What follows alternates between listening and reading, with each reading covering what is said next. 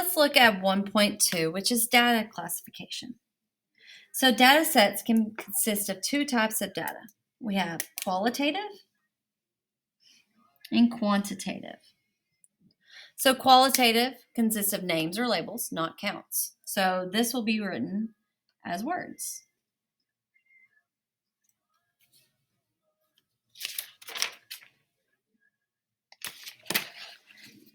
And then quantitative, think about the root word there, quantitative, quantity. So it's going to consist of numbers representing counts or measures. So we're going to put on here numbers.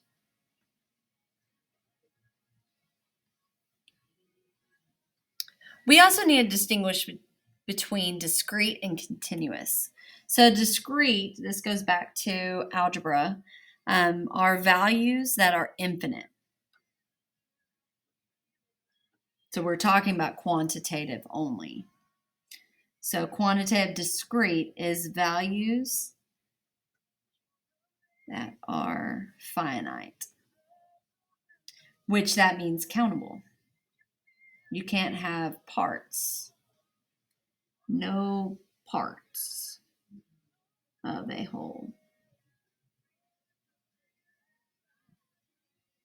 So examples would be like people. I can't say 12.5 people do this or that. I'm going to have to round that. Another example would be legs. So I saw a study the other day that was talking about, did you know that the average person has 1.8 legs? I'm like, what? What does that even mean? Well, that means that most people have 2, but there are some people who have 1, which makes the average less than 1. But we really need to round that one up. Okay, we could also say cars, dogs or cats or any kind of animal. Okay, now let's look at continuous. So if discrete is finite or countable, then continuous would be they're infinite. Values that are infinite.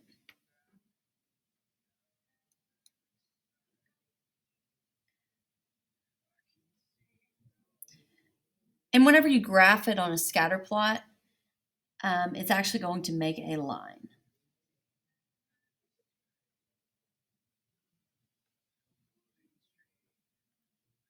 So discrete data is going to make a scatter plot.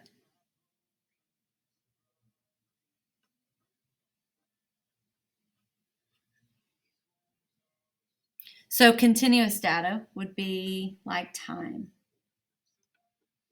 I can say 1.25673 seconds. If I have something that will measure the information that precise. Temperature as well. You can be very precise with temperature. And temperature, it goes up, it goes down, it stays the same. So that's what makes it infinite. Another example would be like weight or water consumption.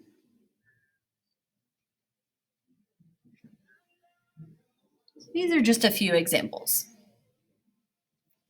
So these deal with quantitative because they're numbers.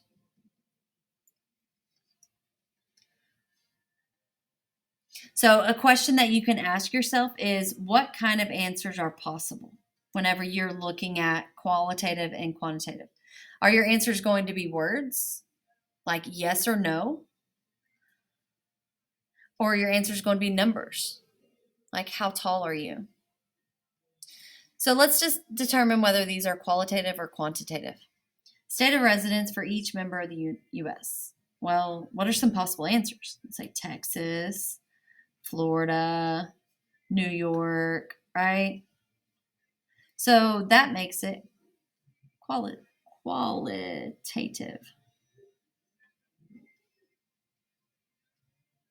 The age, your answers are going to be numbers. 23, 35, 62, so on. So that is quantitative. And that's also going to be continuous data because it's age. So if you want to put on here, age for continuous. Grade of each student in the band. So you could say 9th grade, 10th grade. But what do you notice about each one of those numbers? It also has grade attached to it. So 9th grade, 10th grade, and so on. Or we could say senior, junior, whatever. So that is qualitative.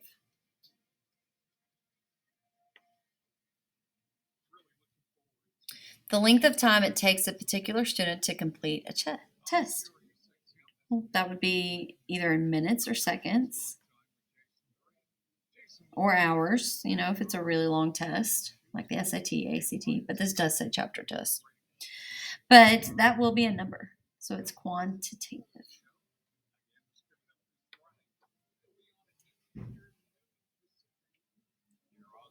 Okay, we have 4 levels of measurement, and they are listed here: nominal, ordinal, interval, and ratio. And this gives you information about each one. So nominal is our first one, so it's categories only, qualitative data only. So this is going to be words. Categorized using names, labels, qualities. No computations can be made. So an example would be like eye color. What is your eye color? Brown, green, blue? Then what is your favorite food?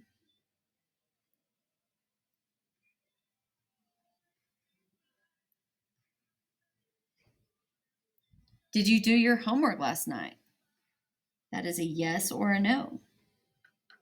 So anytime you ask a yes or no question, this is considered nominal. Okay, ordinal. Data can be arranged in order, ordinal, order, but differences either can't be found or is meaningless. It could be qualitative or quantitative. It can be arranged in order or ranked. So you could say class rank.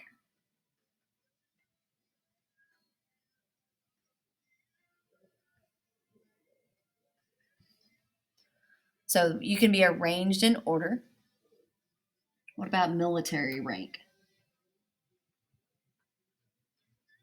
And whenever I say differences either can't be found or are meaningless, you can describe the differences, but it's not necessarily a number.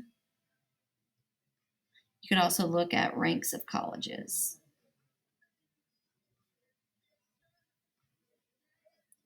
Another one would be rank your favorite, or rank this food, rank pizza from 0 to 4, or rate this movie from 0 to 4. Interval. Differences are meaningful, but there's no natural zero starting point, and ratios are meaningless, can be ordered. So this is like temperature. No natural zero. So the thing is with temperature, you can have 0 degrees, but no natural zero means absence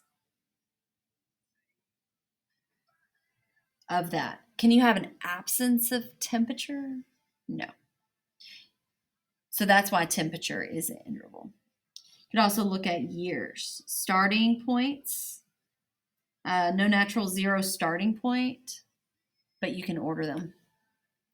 Ratio, a natural zero starting point, and they make sense, similar to interval.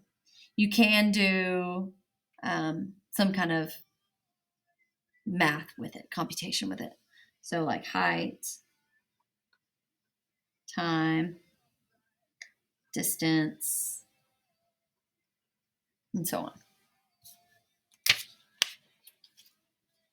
Okay. So let's look at this. So let's start with nominal. So can we put it in categories? So if we look back at our notes, categories only. So this is a yes. Arrange it in order. No computations can be made. Categorize. Is there an order for eye color? Order for fast food? No. Meaningful differences in data entries? No. Determine whether one entry is a multiple of another? No. Ordinal. Data can be arranged in order, but differences either can't be found or are meaningless. So, qualitative or quantitative can be arranged in order. Okay, so we got that. No meaningful differences, and you can't tell whether one's a multiple of another. Interval, differences are meaningful, but there's no natural zero. So you can put intervals into categories. So you could say spring temperatures are these. Winter temperatures are these. So you can categorize them. You can put the data in order. Yes.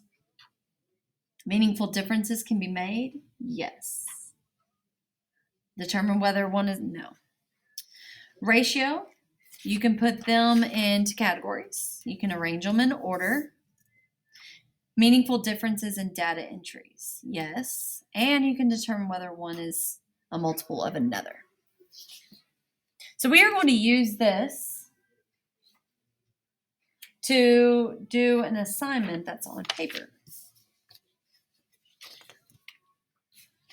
So let's look at this assignment. It says 1.1b. In problems 1 through 3, identify the population sample of the data set. In a comprehensive study, 180 cigarette smokers were surveyed on their smoking habits over the course of 6 months. So it says identify the population and identify the sample. So on here, we know the sample is 180 cigarette smokers. From what, though? Well, the only way you can survey smoking habits is if you already know they're cigarette smokers. So your population is going to be all cigarette smokers.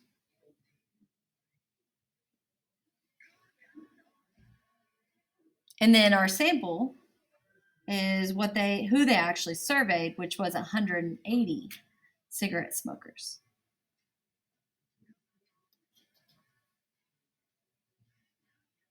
Okay, so you'll follow that same thing on 2 and 3.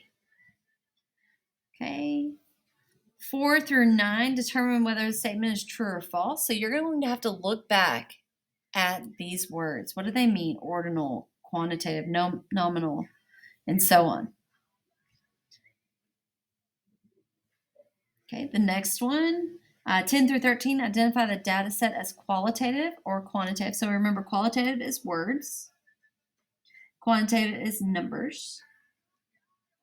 And a question that you want to ask, what are the possible answers?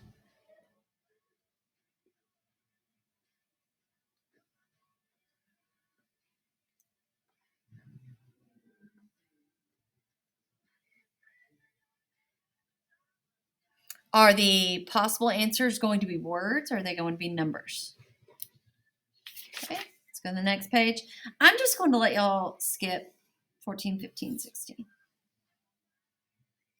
Okay, and then 17 through 23.